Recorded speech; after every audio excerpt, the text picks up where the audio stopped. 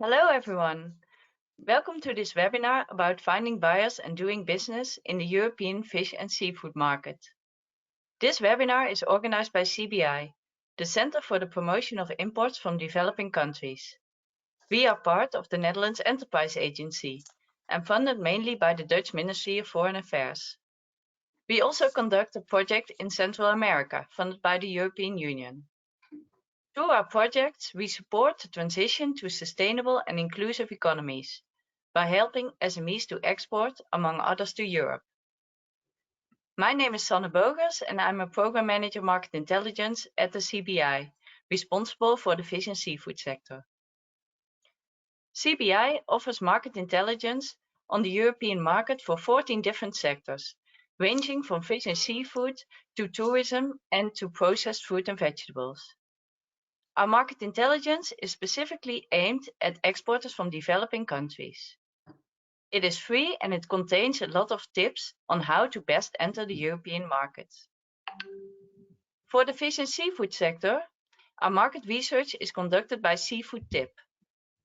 Today, market researcher Sophia Balod will present to you the key findings of our Finding Buyers and Doing Business studies.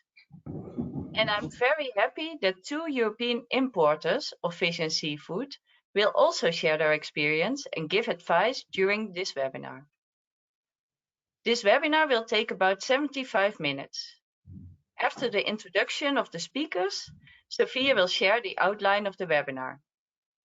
Of course, there is time for questions and answers from the audience.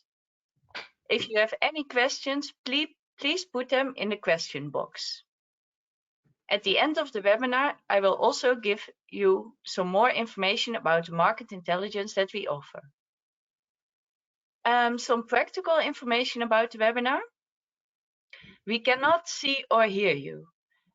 So as mentioned, please put your questions or remarks in the question box. The organizers will receive those and we will try to answer them. Also, if you have any technical questions, we will try to help you out. This webinar is recorded and will be published on our website so that you can watch it again or share it with others who might be interested. The presentation will be sent to you a couple of days after the webinar. If you have any audio problems, please try phone call among the audio options in your control panel. The tariff should be local or toll-free. And lastly, we kindly request you to fill the short survey at the end of the webinar. It is important for us to receive your feedback in order to improve future webinars.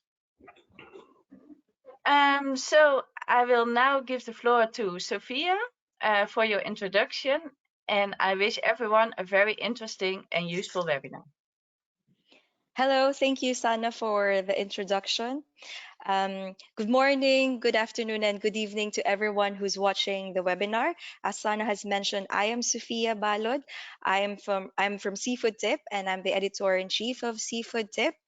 And basically, our company is providing market intelligence for seafood species in the goal of providing more transparency for the entire seafood sector. And today, actually, in the background, I'm joined by my colleagues, Sander and Mariska. And I'm also very glad to introduce our guest importer and trader, Mr. Bert van Loek and Mr. Juan Manuel Reyes. Yes, Mr. Bert and Mr. Juan, you can give a quick introduction about the company you represent. Hello, everyone. My name is Bert van Loek. I'm based in Belgium. I'm the owner of Aquamarine Seafood. We're an importer and distribution company of frozen seafood that we buy worldwide. We're specialized in shrimp, crustaceans, value-added products, and we supply the wholesale market and the industry mainly. Okay, my name is Juan Manuel Reyes. I live in Spain, Madrid. I was working in the fish and seafood business for 30 years, mainly with fresh fish till 2007, then in the shrimps business till now. And I am my base is in Madrid. and I work as a importer and agent for other companies in Spain and Europe. Thank you very much, Bert and Juan. So today, along the course of this entire presentation, I will be asking Mr. Bert and Mr. Juan about their insights and personal experiences, and also tips that could help us make this presentation more interactive, more lively, and more engaging as well. So yeah, we invite everyone to also give their questions in the chat box, and we will address them later on in the Q&A. So first, I will introduce the outline to everyone. All right. Okay. But first, before we do that, we wanted to know actually from the group of audience that we have today, and it's actually 81. We have a lot of people on board now, and we wanted to give a poll question of whether you are currently exporting to Europe.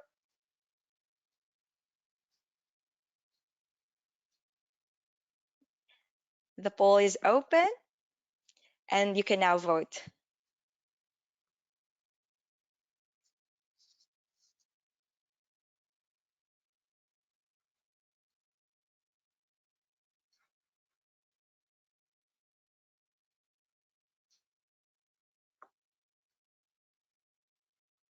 Sana?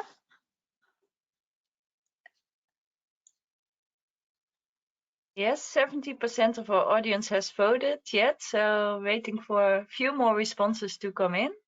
Nice. This is very important. So we also know where everyone is already in the playing field. So also we can assess how to also better address your needs. All right.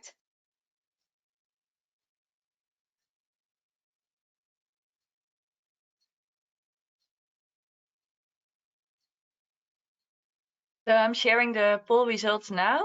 Mm-hmm. Over 80% has voted of the audience. All right. I'm not sure if I can see the results. Can you tell us the results, Sana? Sure. I hope, yeah, you should be able to see them, but maybe because you are the presenter, you cannot see them. Mm-hmm. Yeah. Of those people who voted, almost 40%, exactly 39% has voted yes, they are already exporting to Europe, and 61% is not yet exporting to Europe.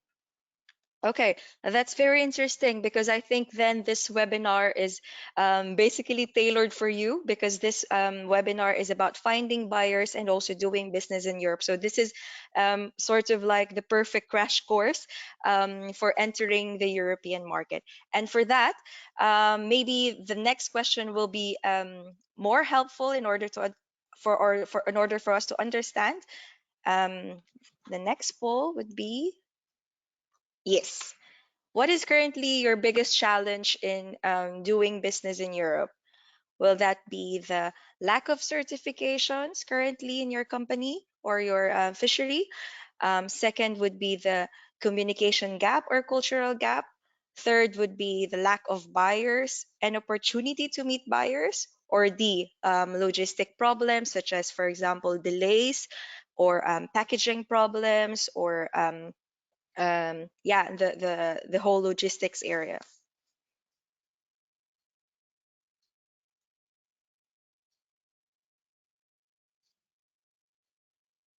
Poll is in progress.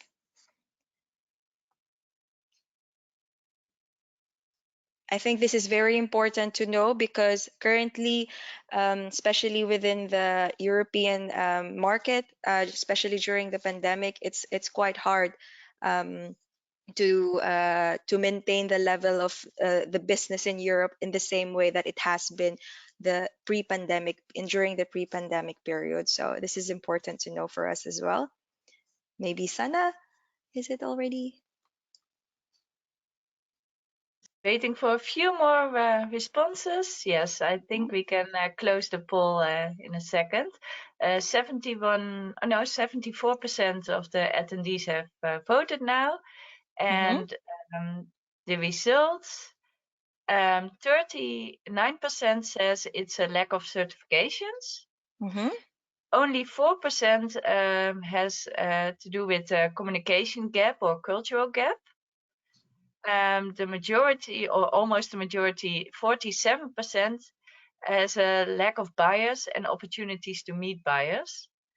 And 11% has logistic problems. Okay, thank you very much, everyone, for voting and giving your insights. Indeed, like these problems will also be addressed in these presentations and with our importers and also traders present in this presentation. It will also give you some more insights into these problems that you're currently facing. So thank you all for answering the poll. And next, I will discuss the outline. All right. So the content of this webinar will be divided basically into three parts with two areas that are dedicated for question and answer. So the first part will be about prospecting the potential buyers. So here we can address your first hurdle or the challenge that you have mentioned earlier about finding buyers in Europe. And that includes discussing a bit about the European seafood market in general, the channels in which your product can course or come through, finding buyers per se, and also making contact and communications with the buyers. In the second part of our webinar, I will be discussing about the buyer requirements for European importers, and here we can also discuss about the certifications. That is one of the huge problems mentioned earlier, as well as, for example, some more practical questions about whether you should need to send a sample to your buyer. And lastly, of course, maintaining the relationship with your buyers, because in Europe, European importers are not just looking for like one-off transactions or one-off deals, but they are also looking for partners or business partners, and build that relationship in a more stable, in a more efficient manner. And then towards the end, there will also be a Q&A for everyone's if they have additional questions. So moving forward. Yeah. Okay. So first, when you are prospecting about your potential buyers, it is first needed to do an assessment of yourself first, because before you start searching for trading partners, it is important to know what you can offer, who is your target market, what channel should you use, and also find ways on how to find buyers and also establish the first line of communication. In this way, by assessing your weaknesses and your opportunities, you'll be able to pinpoint exactly in which market you should direct your energy or your attention to. Because of course, the world or the European market is a myriad of market, and before you enter a certain market, you first need to know what actually can you offer and how can you make that offer be visible to your prospective buyers in such a way that they would actually buy from you. So these are the questions that you need to ask when you are prospecting a potential buyer, and also you need to ask about yourself as a company or as a person presenting your product. All right. And in relation to that, um, the most important also question to ask about yourself is what is actually your unique selling point. And to be able to successfully sell to European buyers, of course, your product or your company should appeal to them. And you use these USPs to also do your sales pitches and your marketing material. That way that you can manage your expectations as well as sell sort of your unique features to that company. And here are some examples of unique selling points that are used by some exporters to Europe. So here you can see, for example, the Shrimp Ninja, which also promotes gender equality in their company and also promotes the natural source of their shrimp that's sourced from Guatemala. So here you can see that they are also doing some values or corporate social responsibility for their company. And then second here is those fishermen from Indonesia who are doing one by one fishing. So this one, they make their tagline "Seafood with a Story," and this way they will share their story about how their fishing method is sustainable. And if you're focusing on traceability, here is also one example. So the DNA traceback technology, and this means that you can be able to present your company in a way that you can monitor the entire supply chain by using the DNA traceback technology, and you can monitor every step of the way. And that provides, of course, transparency as well as traceability to your company. And one of the trends now that has been doing actively also well in Europe is, of course, the organic market. So for example, this one from Madagascar promotes that kind of feature. So these are the unique selling points that you can use in order to give credence or give your company some um, visibility or an advantage over other companies. So you can bank on your experience, some other unique uh, characteristics such as transparency, traceability, sustainability, and also the story behind your product. All right. Okay. And as I have been mentioning earlier, it is important to also know the market itself. So just to give you a quick background about the European seafood market, it is a myriad of market, as I've mentioned earlier, and sometimes the port of destination of your product is not always the last destination of your product, because Europe is basically one segment of a continent, and your product can end up practically everywhere around Europe. But there are some nuances and some differences between Southern Europe, for example, the Northwestern Europe, as well as Eastern Europe. And Southern Europe represents, of course, the biggest share among this, because not only is it an importer, it's also a processor of seafood. And therefore, um, it has a lot of opportunities in doing with the seafood sector. And they also export to other countries in Europe. Northwestern Europe is also a promising and a really good sector as well to tap into, because they're also big on the retail, and also, of course, a lot of the trading nations such as Germany, Netherlands, and Belgium belong to these to the Northwestern European segment, and therefore you also have opportunities to deliver your products across other countries as well. And Eastern Europe, it may be small because it's just responsible for just over 3% of Europe's total imports from developing countries. However, because of the developments in the countries, as well as the increasing purchasing power of people, they are now more being acquainted to seafood products, and this also, of course, translates to sales. And you have to remember that you can also check out like these. You don't always have to target the big fish sometimes, and because sometimes by checking out where the growth opportunities are, even though if it's a small one, it can lead you to doing more business in other countries as well.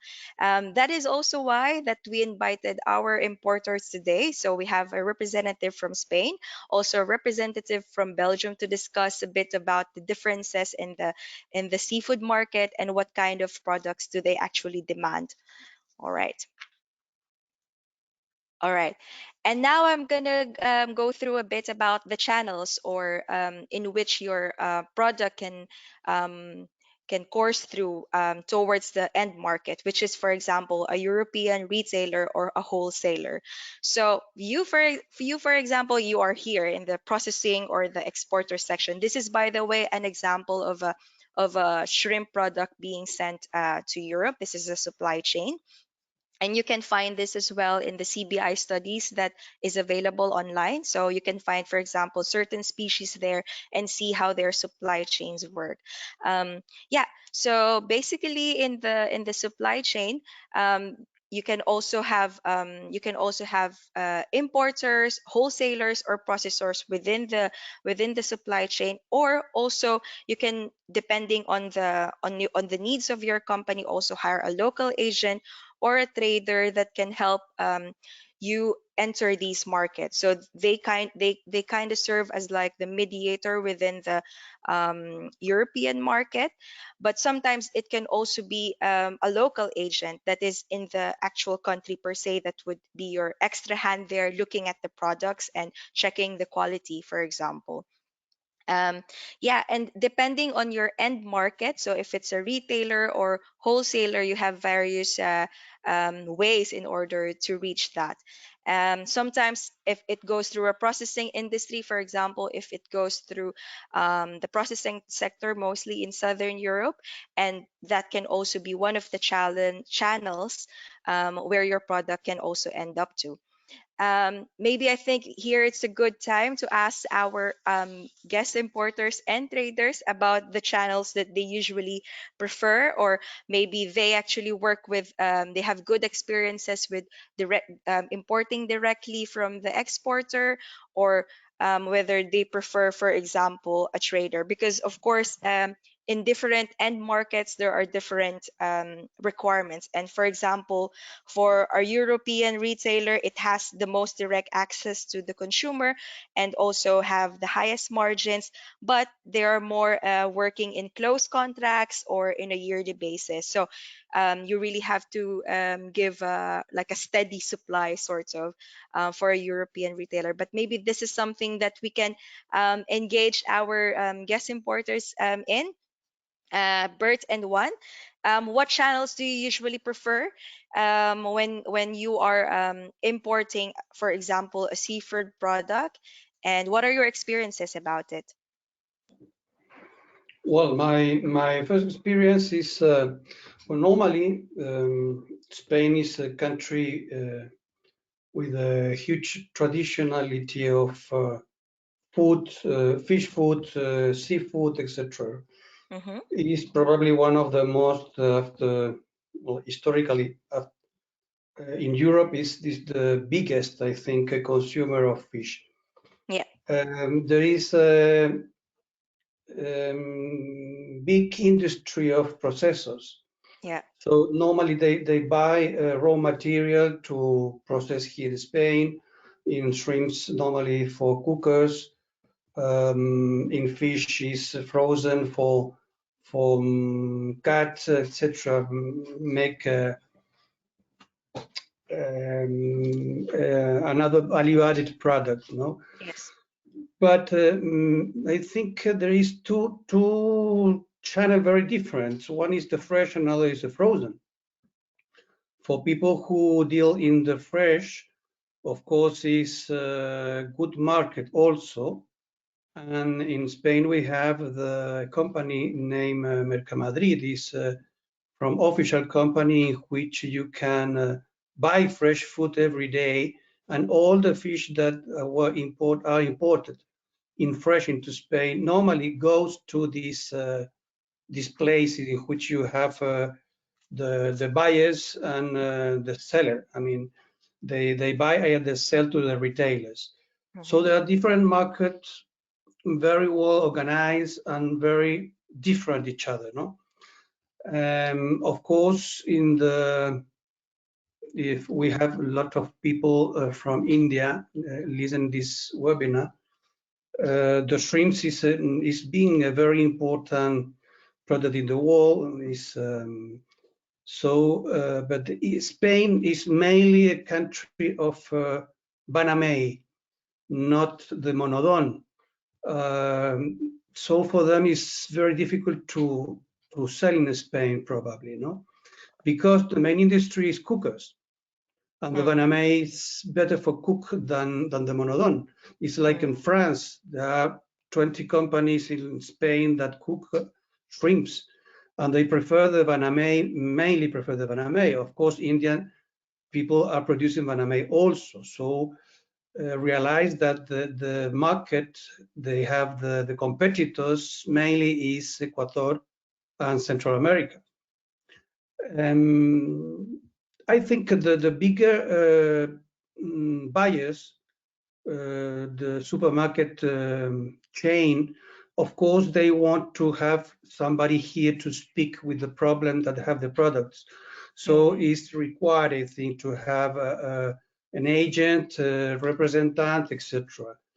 For the other companies, they prefer to buy the products directly to the producer. Of course, asking the traceability, sustainability, anything. And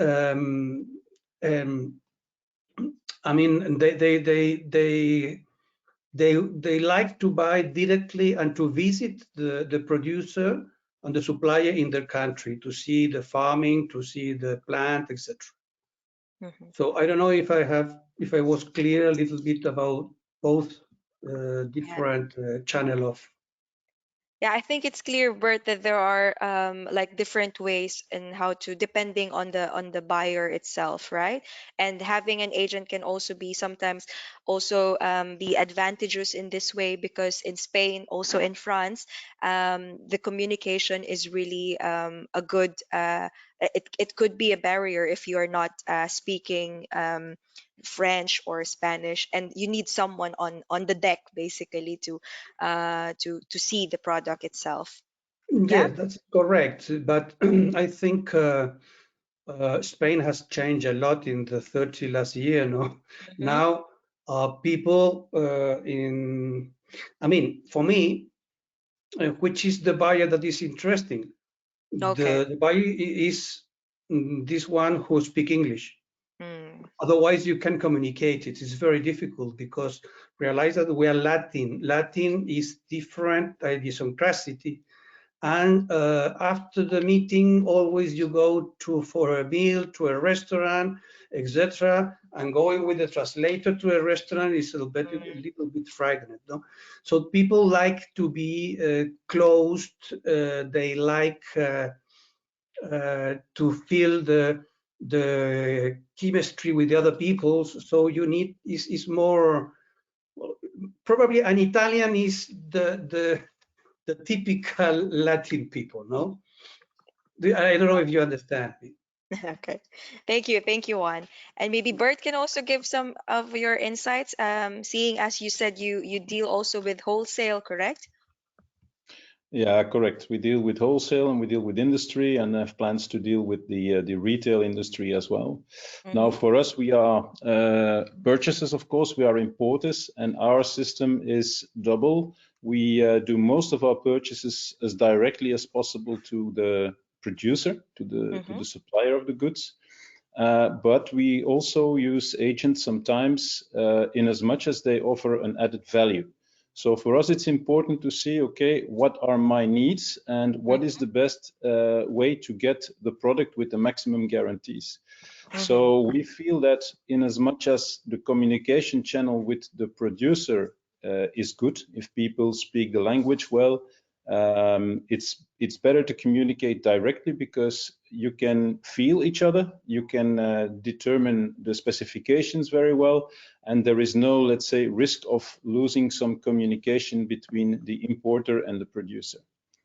On the other hand, an agent can have his value as well, but when I speak of added value, I refer to, for example, quality control in complicated countries. I'm thinking of Bangladesh, I'm thinking of Myanmar, where it's very, very hard to get the direct contact with the packers or to have, let's say, someone taking care of quality control.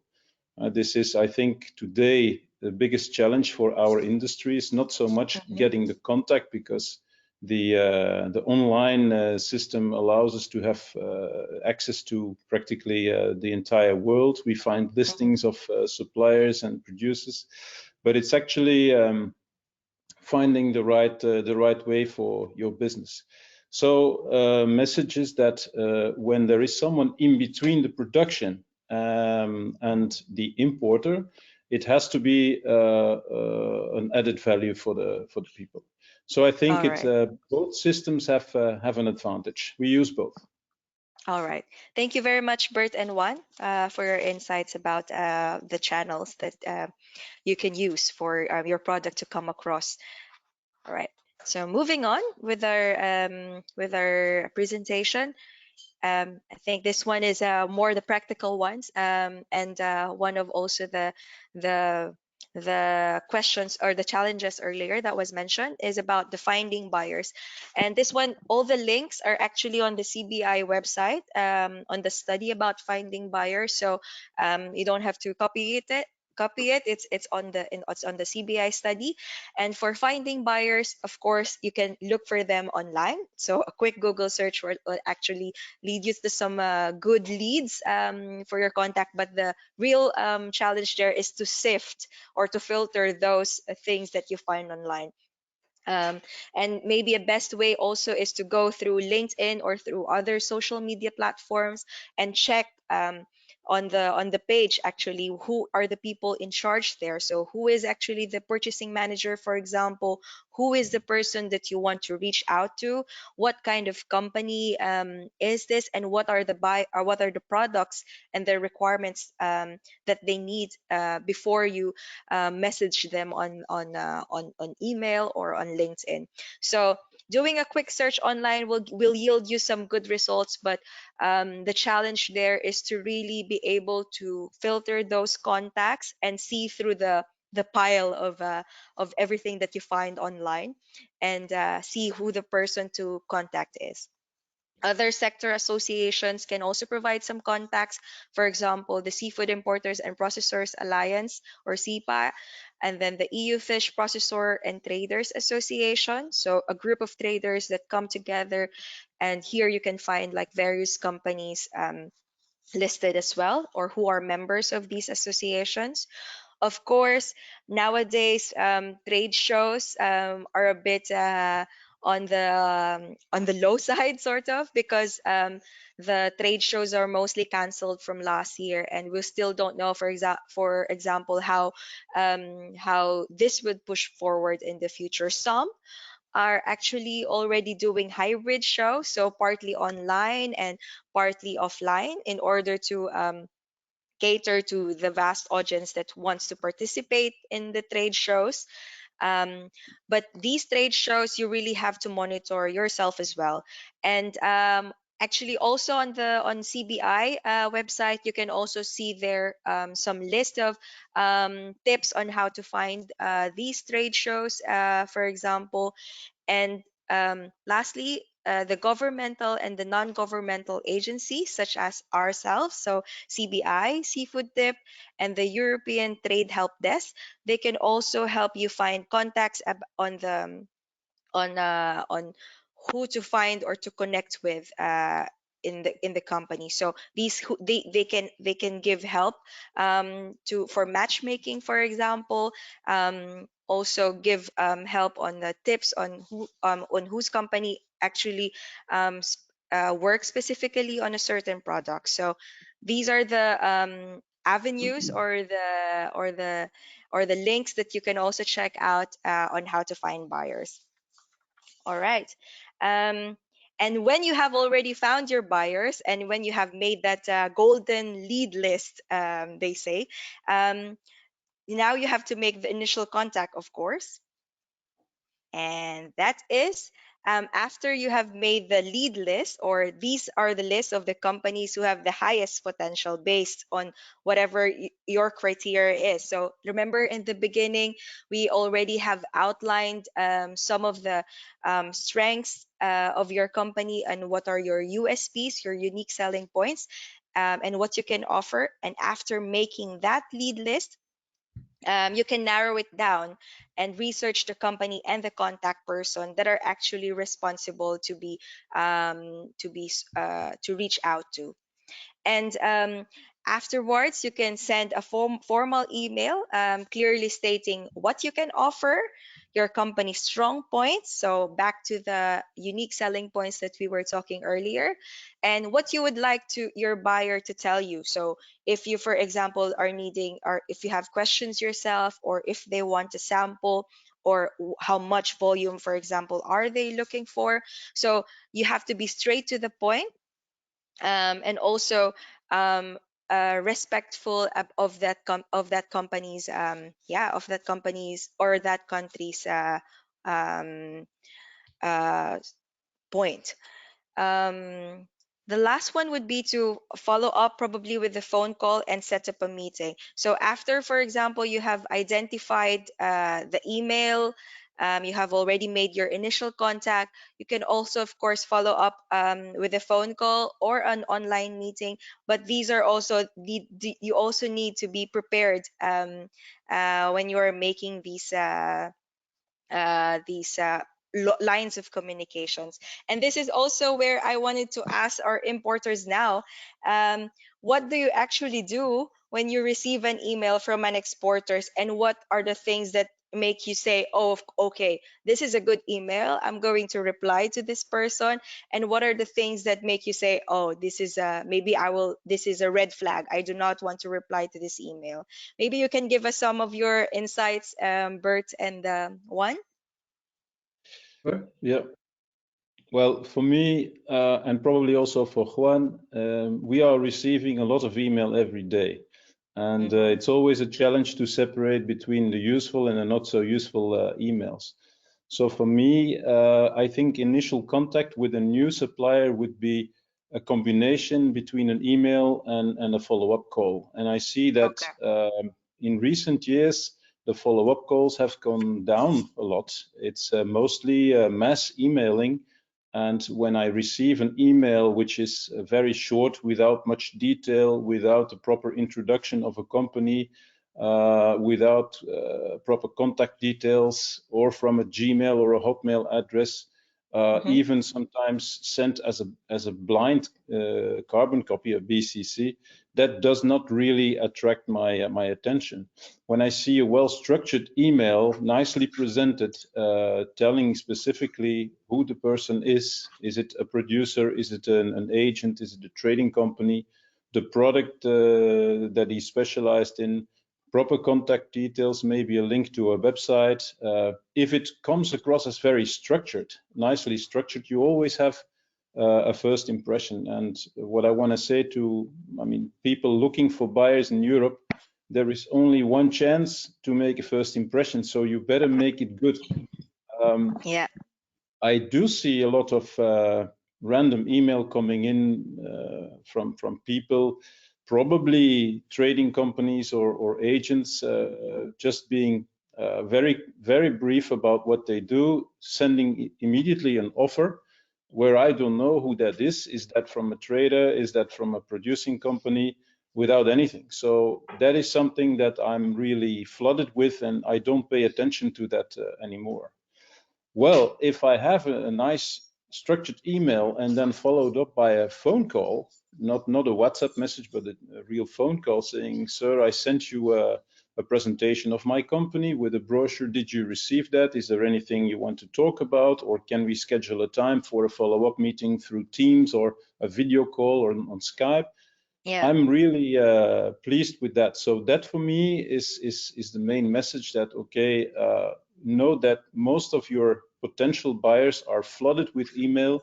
Note that they don't even have the time to go through all the emails. So try to make it stick out and mention briefly your unique selling points, so that at least you attract the attention. And a follow-up call for me particularly is always very much appreciated.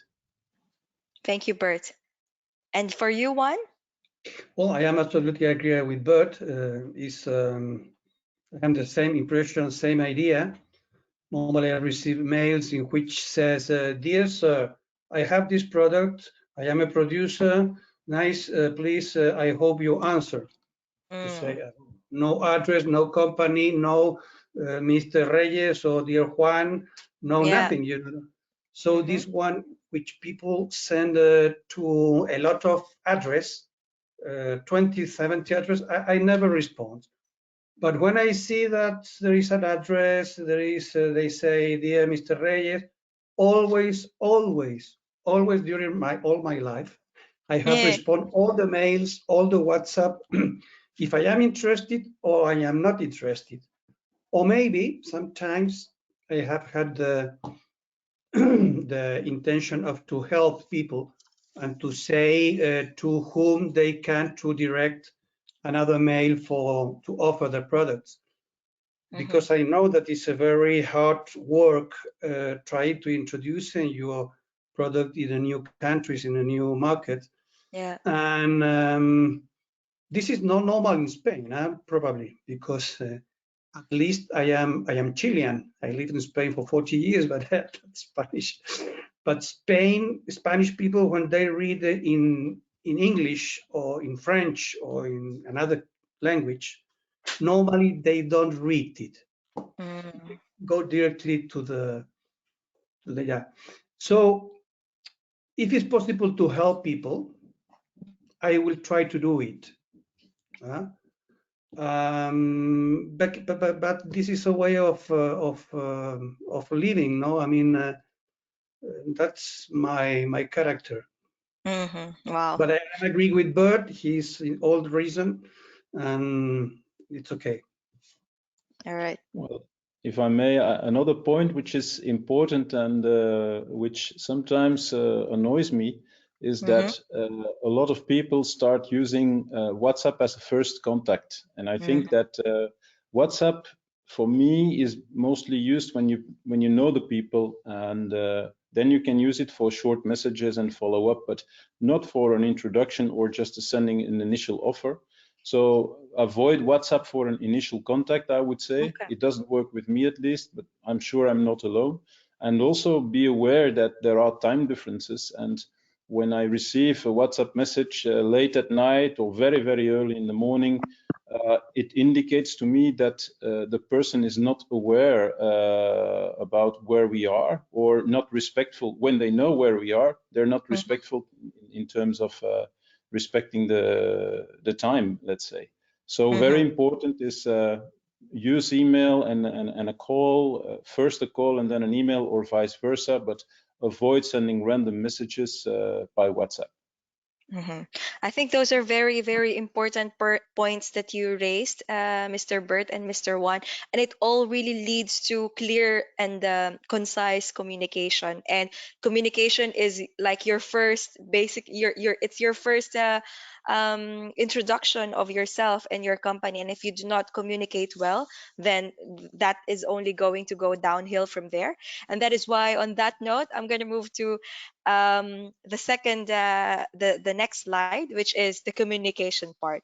So I think Mr. Juan and Mr. Bert already covered it a bit about the personalization and you really using your research skills in order to get to know the company that you want to check out or to be able to communicate to. And if whenever possible, you can use references. For example, oh, this I have gotten your email, or I have been introduced by a certain person, and maybe that could work as well for you, or mutual connections, if that whenever that is possible. And of course, as Mr. Juan and Mr. Bert have mentioned that personalizing it not just in the names, but also in the country of their of their country of their origin, or where they are in, are it's very important. So you also have to know their culture, or their time zones they are working in, because of course all different we are all in different time zones around the world. And with all these technologies that allows us to communicate faster and communicate more efficiently, there is really no excuse in order to not to know these things firsthand. Research is very important. And understanding the business culture as well. As Mr. Juan has mentioned, in Southern Europe, it may be more appreciated to have a more physical, or a more chemistry in that sense. No, and you want to get to know each other by means of a coffee, or even like a chat, or even eating in a restaurant. And maybe in other parts of the country, that is deemed to be getting too close, basically. um yeah, and maybe later I can also ask your opinions about it, whether these are actually really differences in the communication of style between Northwestern Europe and Southern Europe.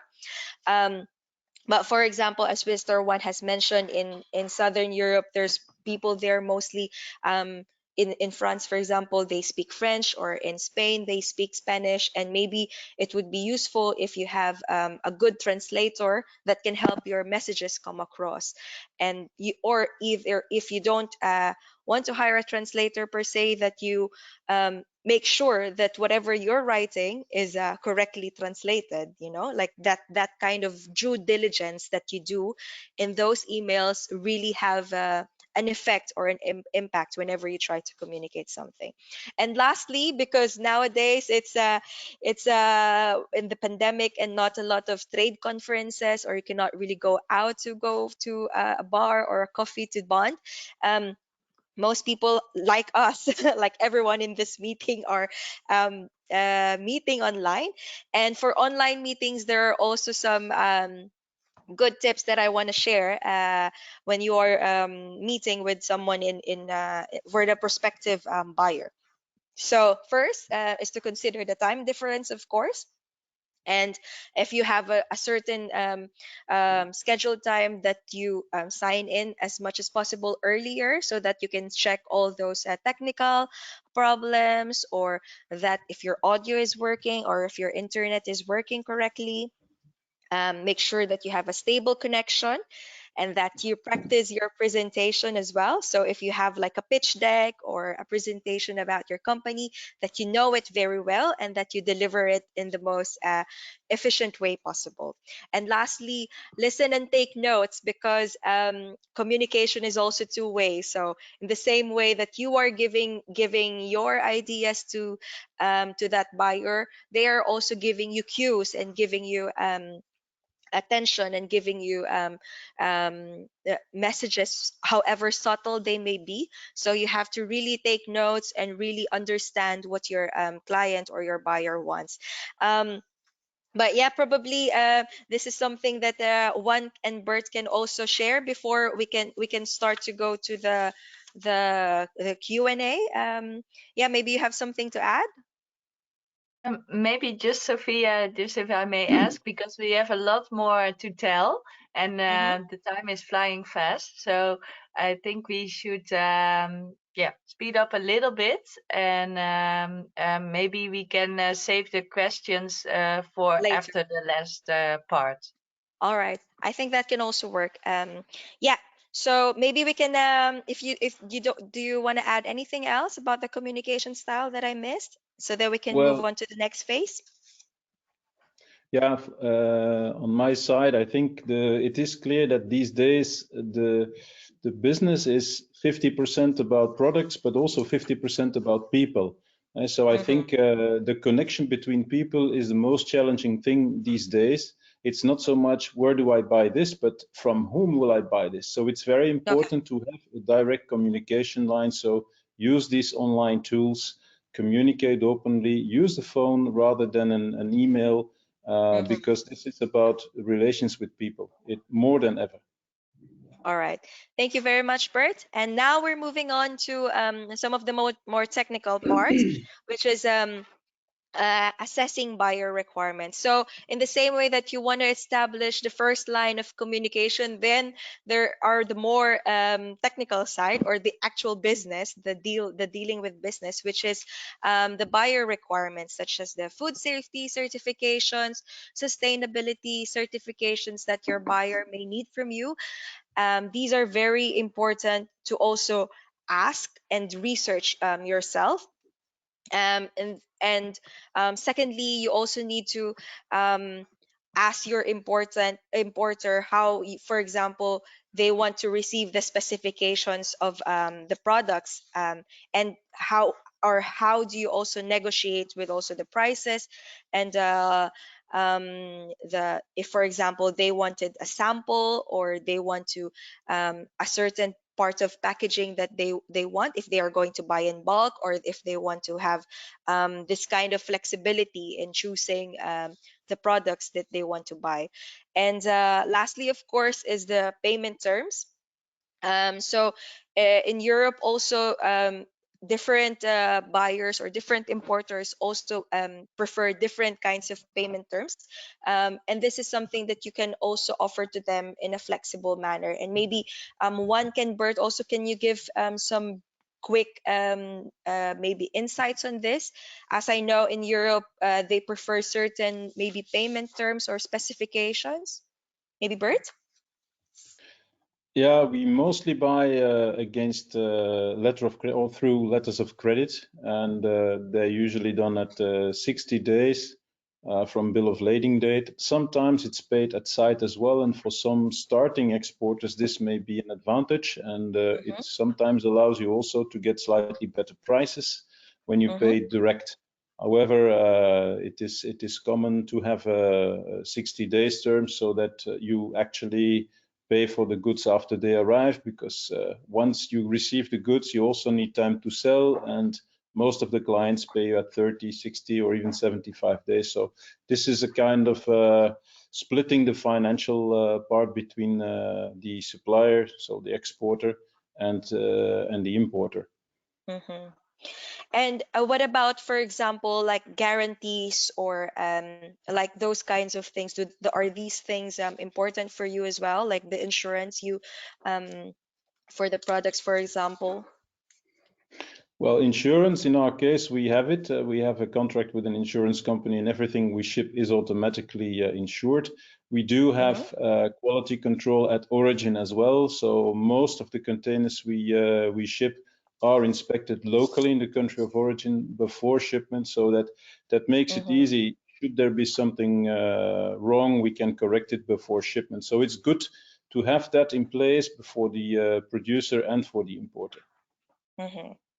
And for you, Juan? For me, it's the same. I think, yes, like Bert says, now probably one of the problem is the credit to work. When you receive products and you make some value added, and you sell to the supermarket chain, they pay maybe in 75 or 100 days after. No, this is a huge problem. Of course, if people have money, the buyer will pay cash against document. This is easy because you don't need anything, maybe to send the product, to send the documents, and to make an express release just after the buyer pay the product. But at least I realized that for the people who work in the, for instance, the cookers, they need time to be paid by the customer, and otherwise they need banks who own you money. But it's better to have credit from the customer directly if it's possible. No. Okay. Of course, with a So letter of credit, as Bert says, or of course, we have also people in origin who expect the product before loading the container in the chips. We have the insurance of the sea freight of any containers that we receive. That it's the same. It's practically the same. I think what is the main takeaway from what you said is that different buyers require different flexibilities basically, and they have different requirements as well. And that is why it is important to take in account those requirements and really ask them before you can start supplying for them, because their needs and their requirements may differ from one company to another. And getting that information clear in the first conversation makes it easier to work with your buyer.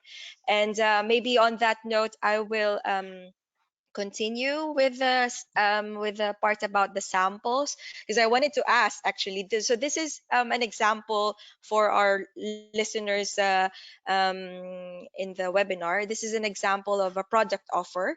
So the listing there, for example, are what you are advised to be included, but these are not the actual label that you need when you are exporting a product, but this is a guide when you make a product offer, for example. But you need to also check with your buyer what are the specific labeling requirements for the country that you are exporting to, because this may also vary from one country to another or one company to another as well. So again, the main takeaway here is to also ask your buyer directly about their needs. um, and I would actually want to ask Bert and Juan. So maybe just quickly, if when do you actually request a sample, and who pays for the sample? Especially if you want to give your, you want to make a good impression about your product. When do you usually ask a sample? Me, Go ahead. uh, me personally, I have never buy samples Okay. because I know what I am buying, so I don't need sample, no. After to be present in many fish show like Brussels, in China, in Boston, in Mhm, you know all the product really you need it.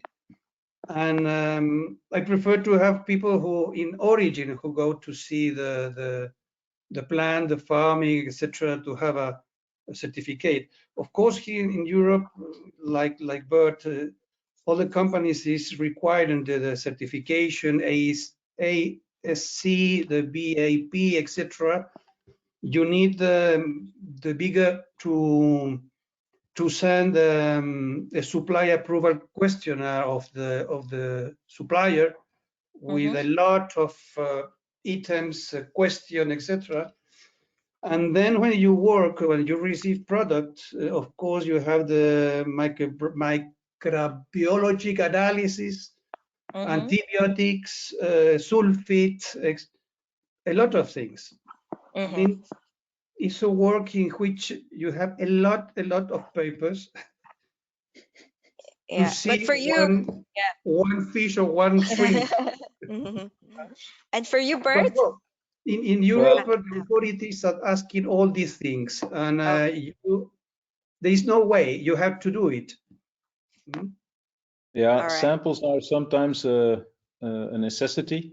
We try to avoid it because they're costly, not only for the people supplying them, not only for the supplier, but also for the importer. So it's a message to any potential exporter to Europe. Sometimes, if your buyer requires a sample, realize that when he is, let's say, asking for it, he's also prepared to pay for the import. Mhm, And in mhm, our case, we see that if we ship a sample over from any place in the world and we have to import it, the cost of import for 1 kilo is almost the same as the import cost for one container. So okay. when a buyer asks for a sample, there is certainly a reason for it. And we only ask samples, for example, to validate a new item or to validate a contract, a large contract with a retailer or with a food service company that also need their technical department to validate the sample. So for us, it's only when really unavoidable and in the last stage of negotiation. So first, Okay. make sure there is an agreement on specifications, quantity, price, delivery time, and then send the sample as a last point to confirm. Okay. And So I think the costs need to be shared between the supplier and the importer. Importer pays for the cost of import, supplier pays for the air freight and for the sample itself. That I am is agree. our all right. philosophy. That's correct. All Yeah, I am agree right. also. Yes. All right. Thank you very much. That is very clear. So it has to be like a mutual agreement and also a shared cost as well. Yeah. All right. I think we are nearing the end of the session and also to the Q&A. So for those who still want to ask some questions, here is your time. But before that, I'm going to cover two more important things, which is the certifications, of course. So in order to enter the European market, sustainability certifications, safety certifications, as well as corporate social responsibility certifications are becoming more and more in demand in Europe. And that is something that's becoming not just a trend, but actually as a requirement for many European retailers, for example. And the food safety, these are the samples of those certifications. Food safety is BRC, IFS, or FSSC. And for sustainability, that we also know that there's the ASC for farmed species, and MSC for wild caught marine species, and the Global Gap and the Best Aquaculture Practices certification, of course. And more and more companies are also looking into improving their social impact. So whether, for example, they take care of their employees, or their impact in the environment that they working in, or if they have a good social relationship, those things are also becoming more and more important, especially in Europe. That's why, earlier we have the USP about the gender equality, the sustainability, traceability. Those things are becoming more in demand in Europe. And yeah, maybe later also we can talk about it a bit more. But it's true, correct, Bert and Juan, that this is something that's really important nowadays. It's just a quick Correct. Yes. Yes, it's the whole chain is getting, let's say, quality certified. So an IFS or BRC food certificate is really desirable because mhm. it allows you also to skip. I mean, I heard Juan talk about these questionnaires, and if you don't have BRC or IFS, you're sure to be filling out forms for almost the rest of your life. So Yeah. better get the certification in place. Although we all Mhm. know it is very intense, very costly, very tiring, but we Mhm. see that slowly the whole system is requiring a food safety management system and a certified one. And All then right. on ASC and MSC, so sustainability, I think Europe is a little bit more towards ASC and MSC. Yeah. Global Gap has moved more into, or evolved more into ASC. BAP we sometimes also see, but I think ASC and MSC are the most important ones that I see in Northwestern Europe. All right. And remember that certifications serve to provide the end consumers, such as retailers, or also the customers themselves, or the people that buy your product, the confidence that someone is basically monitoring and watching your company and the quality of the products that you deliver. And that provides them with the confidence and the trust that you needed in order to keep your company the main supplier for them. So it's sort of it gives you a boost of confidence and also trust for your consumers as well. And that leads me basically to the last part of the presentation, which is everything. All the slides that have been presented today actually just leads to this one slide, which is to build and maintain those relationships. And it starts, of course, with being a trustworthy supplier. So that covers all those communication, good and efficient communication, checking in the buyer requirements, having the right certifications in place, providing your unique selling points. Those are things that would make you a trustworthy supplier. And to maintain that relationship, of course, is that you will also need to invest on your self-improvement as well, and also your own marketing techniques, and to how to tell your story on your product. And therefore it is more important to be more visible online, especially nowadays that with the pandemic period, a lot of businesses actually boost their online marketing to be able to tell their stories better and reach a wider audience around the globe. Um, and to stay up to date, you must also remember to, of course, keep on searching for opportunities where you can find new buyers, either by online trade or keeping yourself informed, such as webinars like this. To actually interact and check with what's happening around the world, and of course to monitor market developments. At Seafood Tip also. Gives you the global picture, sort of the big picture into how the market develops, and also from the production or the sourcing side. Yeah, so I think we are now ready to move on to the question and answer. If anyone wants to ask about yeah. Yes, thank you very much, Sophia and Mr. Reyes and Mr. Van Look for the presentation and already all the information. We have a couple of minutes left for questions, and we already received a number of them also in the first part of the webinar. One of them relates to the initial contact, and you mentioned that initial contact through WhatsApp is not such a good idea. And the question was, what about initial contact by LinkedIn or Facebook? Is that appreciated by you as importers? Me? Yes, Mr. Well, Valok, you can start. Yeah. I never use Facebook. Yeah. Nothing. I think No personal, no work. I like Bert. I like when I receive a good mail, well done, etc. Phone call, and then but this media I don't like too much, really.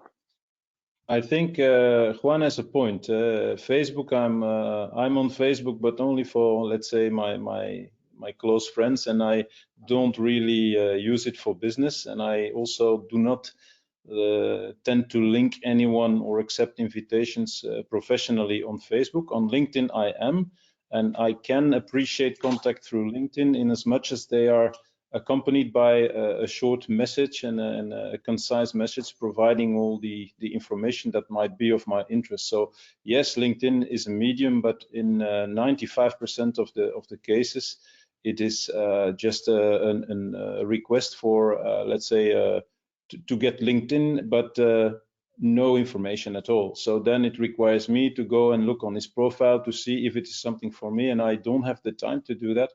So make sure if you connect on LinkedIn that you accompany it with a small message.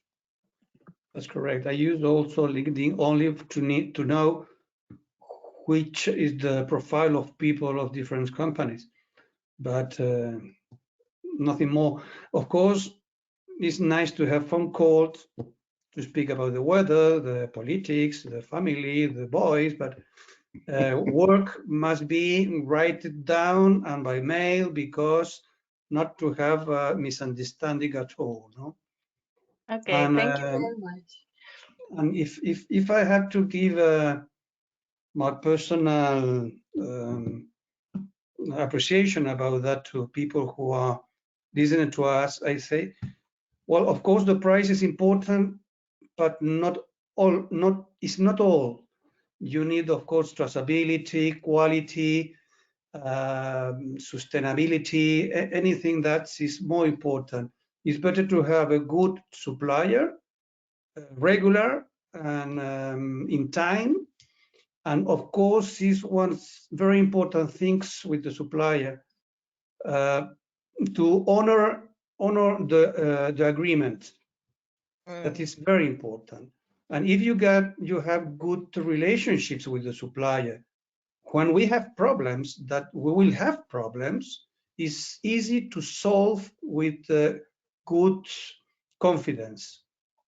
This is very important. I have had problems with products, and at least I need to work to solve the problem and not to damage the supplier as much as possible. No, this is very important for me. Thank you very much. I would like to discuss a very different question that came from the audience, and that is, how is the processing industry as a channel for penetrating the European market? So is that a good channel, the processing industry? Well, Juan, I think you also have the same experience with processes. It is, I think, a very important channel in Europe, and they are sometimes the link between, let's say, a supplier of raw material and the retail or the food service channel. So it is absolutely a good channel. My experience is that most of the industrial clients prefer to buy from a local importer, because more than, for example, on the wholesale market, specifications, production yields, additives, allergens are important for the processes. So definitely a very large segment of the market, but a little bit harder to penetrate directly, I think. So for that, you need an importer or a trading company, someone who is close to the processor, because they always want to have someone close in case of a problem that, let's say, they have a partner to solve any issue. Okay. And I think one with the Vaname processes in Spain, it's a little bit the same. It's a huge industry in Spain, as I know. Yeah, Spain is, you know, the main is cookers. No? It's different than other countries. I mean, in Europe, France and Spain are in shrimps, the main buyers are cookers. Different like Italian countries, not mainly cookers, is distribution in raw, and north of Europe is different. Spain, the coast east like red one, the south white one. So each one has different kind of product. No? It's difficult, but well, there is too much shrimps in the world to supply. It's I think, and in other kind of product, well, Spain is a huge producer of all the fleet they have in all the oceans. You go to Vigo, you have a lot of tuna, swordfish, hake. Well, it's probably nice to visit us in Madrid, to go to the Merca Madrid to see this market, because historically it was the second fresh market in the world after Tokyo. This is very important, and I think it's a good experience also. Thank you. We hope we can visit again after the COVID pandemic has gone away. Or one more question about I think it's about Southern Europe. Because it was mentioned that ASC and MSc are very important, especially in Northwestern Europe. But how is that in Southern Europe? Maybe Mr. Juan, you can elaborate on that. The what? So the certification, say? Or no? Yeah, the certification ASC and MSc. Well, of course today, I mean, it's important. I mean, each probably if the company, the buyer is big, they need AAC. They need it. I think just the majority are buying AAC. They want to buy, but it's more expensive. So you have probably right now 30% AAC and 70% normal without certification. But probably next year and in a short period of time, we will need it always. But the problem is too expensive for the producer. So to have a lot of certification, need a lot of inspection, I think is a little bit complicated for them, no?